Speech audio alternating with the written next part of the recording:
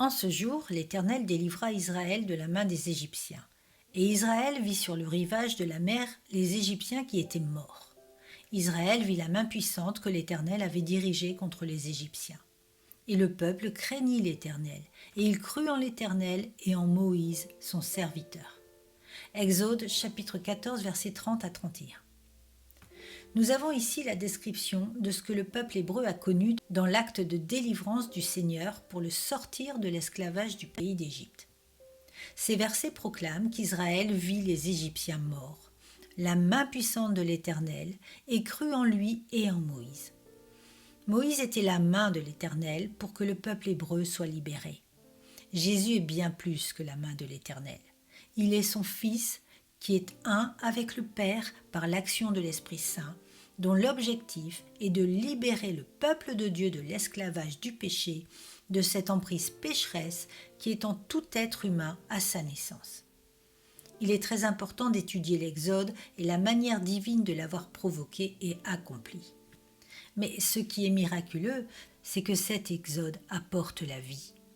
Moïse n'est pas allé jusqu'à Canaan, ce n'était qu'un homme, alors que Jésus est toujours en action depuis plus de 2000 ans pour accomplir son œuvre rédemptrice.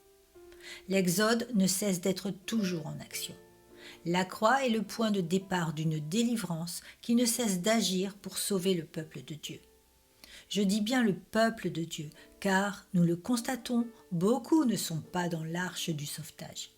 Il nous faut ici prendre toute la dimension divine de la parole de Dieu, qui, de l'exode des Hébreux, se transforme en notre propre exode.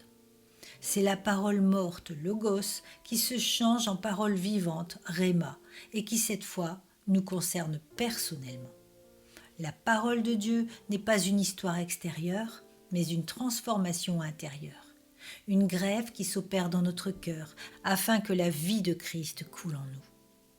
La parole de Dieu remplace nos cellules charnelles qui se meurent à petit feu par des cellules de vie qui ne cessent de nous révéler que nous sommes une nouvelle créature et que la vie éternelle est notre destination.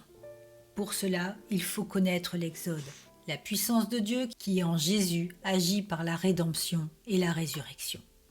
Une fois encore, il ne s'agit pas seulement de la résurrection de Jésus, mais bien de notre résurrection. Nous passons d'une lecture morte à une opération vivante à cœur ouvert entre les mains de la grâce qui nous libère de l'esclavage du péché. C'est le miracle de la nouvelle naissance. Le péché est toujours présent, certes, mais nous le vomissons. Nous n'en sommes plus esclaves parce qu'il est vaincu.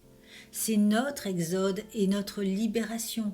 Et à notre tour, nous voyons les cadavres du péché s'amonceler sur le rivage et la puissance de Dieu nous conduire dans ses sentiers d'amour, de justice et de sainteté. C'est pour cela que la foi s'est imprimée dans notre cœur et que, comme pour le peuple hébreu, nous croyons. Mais cette fois, tous les sauvés franchiront la frontière pour Canaan, pour le royaume. Il n'y aura pas d'exclus, car ils sont marqués par le sceau de Dieu.